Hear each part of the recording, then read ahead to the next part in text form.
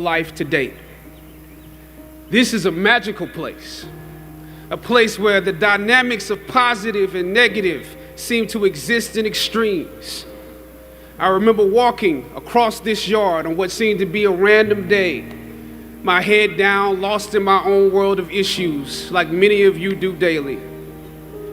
I'm almost at the center of the yard. I raised my head and Muhammad Ali was walking towards me. Time seemed to slow down as his eyes locked on mine and opened wide. He's raised his fist into a quintessential guard. I was game to play along with him, to act as if I was a worthy opponent.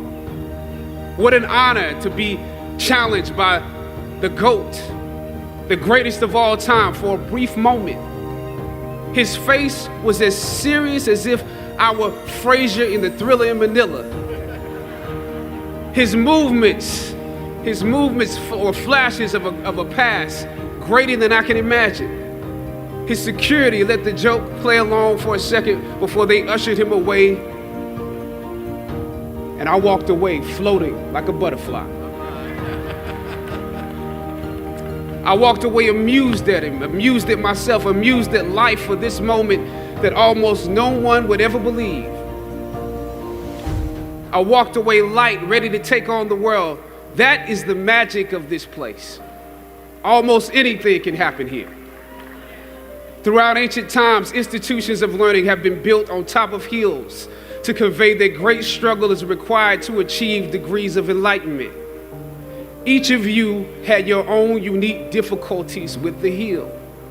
For some of you, the challenge was actually academics. When you hear the words magna cum laude, you know that's not you.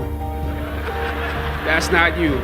You worked hard, you did your best, but you didn't make A's or B's, sometimes C's. You never made the dean's list, but that's okay. You're here on top of the hill. And I want to say something to that. You know, sometimes your grades don't give a real indication of what your greatness might be. So it really is okay. For others, it was financial. You and your family struggled to make ends meet every semester of your matriculation. You had to stand in one line to get to another line, to get to another line for somebody that might help you. You had to work an extra job or two, but you're here. For a lot of you, not all, but a lot of you, your hardest struggle was social. Some of you never fit in. You were never as cool and as popular as you wanted to be, and it bothers you. So your social struggles here became psychological. Even though you made it up the hill, you carried the baggage of rejection with you, but you're here. Or some of you went through something traumatic. You made it to the top of the hill, but not without scars and bruises. Some of you fit in too much. You were on the yard rapping on your frat block when you were supposed to be in class. Or you got caught up in the DC party life. I know how that is. I mean, we're right here in the midst of the city.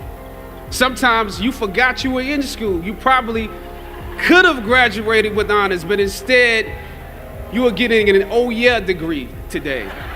Oh yeah, I have class. Oh yeah, I have that paper due. Oh yeah, I have a final. You were literally too cool for school.